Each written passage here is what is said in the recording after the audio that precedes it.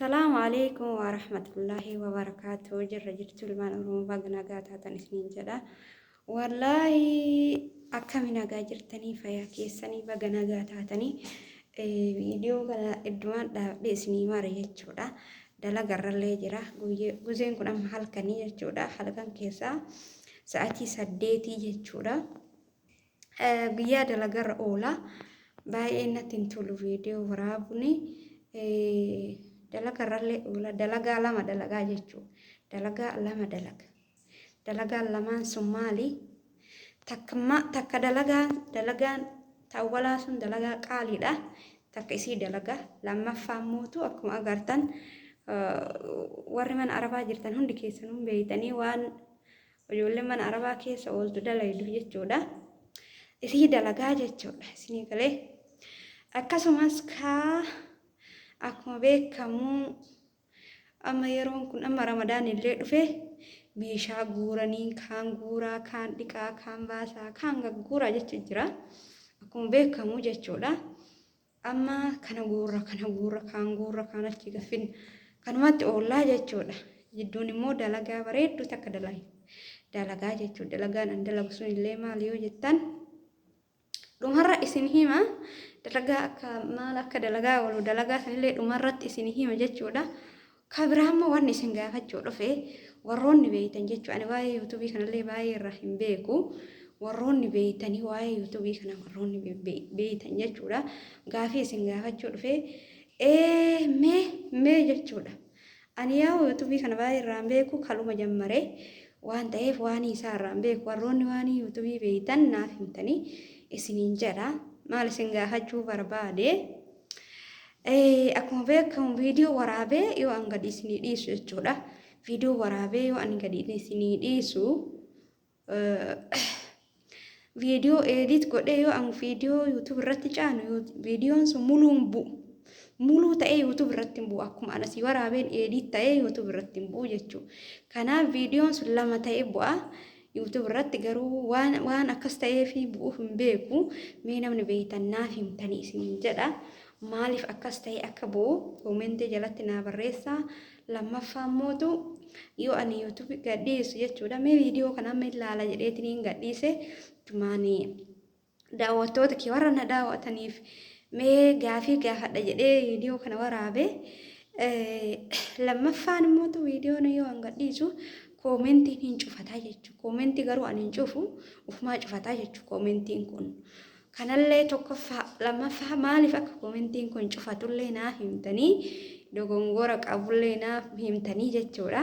Yoo maal ta'u koomentii cufaa lammaffaan mootu viidiyoo tokkicha ani edit godhe maaliif lama godhee gadhiisa jechuudha kutee daqiiqaa 5-6 torba yoo akkas waraabe kan YouTube irratti ol ba'u daqiiqa 2 yookiin daqiiqaa 3 jechuudha.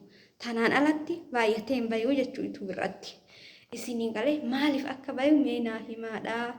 Billaa buleeyyantii warri beeytanii warri waa'ee YouTube irraa beeytanii yookiin sila kooppiiraayitii jedhisa wayna agarsiise moo maaliif mee naaf himaa warri beeytan jechuudha. Koomentii jala naa barreessitanii itti aansuun immoo yoo viidiyoo kana irraa muruu baateetiniin akkuma edit godhee gadi isinii dhiise naa gadi YouTube irra naa ba'e taateyyoon hojjedha YouTube jechuun. Yoo inni immoo mummuree akkuma awwala mummuru kanaan gadhiise anaaf YouTube walitti hin deebinu dalagaa tiyya bareedduu san dalagadha. Alhamdulillaahi jedhee irraa gattaa'a jechuudha. Itti aansuun immoo walaa ganaa meeshaan baay'een tokko na eeggata. Ganaa meeshaa kushiinaa dhiquu jira warra saalaa dhaabadhe haasa'u jira jechuudha. Ganaa kushiinaa meeshaan na eeggata. Meeshaa san dhiquu daam halkan keessa sa'aatii 6 moo halkan keessa sa'aatii 8 ta'ee jira 9 deemaa iyyuu waan akkasiiti inshaallah. Mee viidiyoo kana hanga dhumaa daawwadha. Koomentii naa barreessaadha jalatti jechuudha. Koomentii naa barreessaa. YouTubii kiyyallee achuma subscribe godha. Subscribe hin godhina hagama viidiyoo kana daqiiqaa 2-3 waraabee gadhiise irratti ilaalutti subscribe hin godhina. Yoo viidiyoo naan caani maal godhu subscribe naa gootarri miidhama keessanillee lafa hin balleessu. Inshaallah achumaan laala jechuudha. Yoo inni naa dalage piraankii akkamila Piraanki ajaa'ibaa takkisiin as yaasa jechuudha inshaallah. Yoo yuutuubiin kiyya viidiyoo hunda naa caane jechuu irratti. Yoo viidiyoo hunda irratti naa bahe piraanki bareedduu wayii isiniif fida. Dalagaa tiyya dalagaa bareedduu wayillee qabadhee isinii dhufa maal akka dalagaa oolu. Guyyaa guutuu maal akka dalagaa oolu hin laaltanii asiin durallee viidiyoo isinii waraabee ture. Dalagaa bareedduu wayii jammaree baay'ee dasna jedhee maal jedhee yuutuubii irratti gadhiisee ture. Dalagaan sunillee maal akka taatellee isinii hin himne gammachuun qaba alhamdulillah dalagaa wayii bareedduu takka dalagaa jira jedhee isiniin viidiyoo gadhiisee jira iyyuu garuu maal akka ta'e namnillee nan gaafanne dalagaan sunillee maali dalagaa akkamii jedhee namnillee koomentii irratti nan gaafanne mee har'a dalagaan suni maali akka taate isinitti hima. Yoo viidiyoon kun achirra naa maxxane dhuma itti aanu viidiyoo itti aanu irratti dalagaan tiyya maal akka taate guyyaa guutuu maal akka dalagaa oolu dalagaan sun jabduu moo fokkattuu moo waan nama fayyaddu moo waan nama hin fayyadne moo maal akka taate viidiyoo itti aanu irratti isinii dhufaan jechuudha. Yoo viidiyoo akkuma amma viidiyoo kana waraabin achirratti naa caane jechuudha isinii galee. Yoo yuutuubii irratti naa caane jechuudha. Yoo naan caanin hin dhufu. Dalagattii tiyya tajammarre san itti fufa malee viidiyoo kana hin dalagu ammaachi jechuudha. Isinii galee kanaafiyyuu hanga sanii laayikii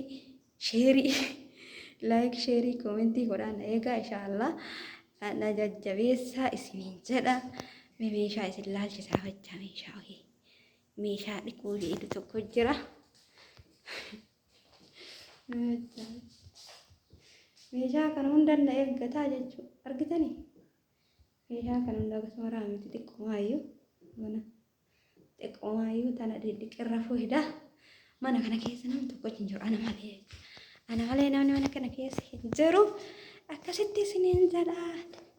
Anillee baay'ee nama sodaachisaa warri hin jiru. Akkasii yuutuubii kan sabiskiraayib godha viidiyoo kana daawwadha.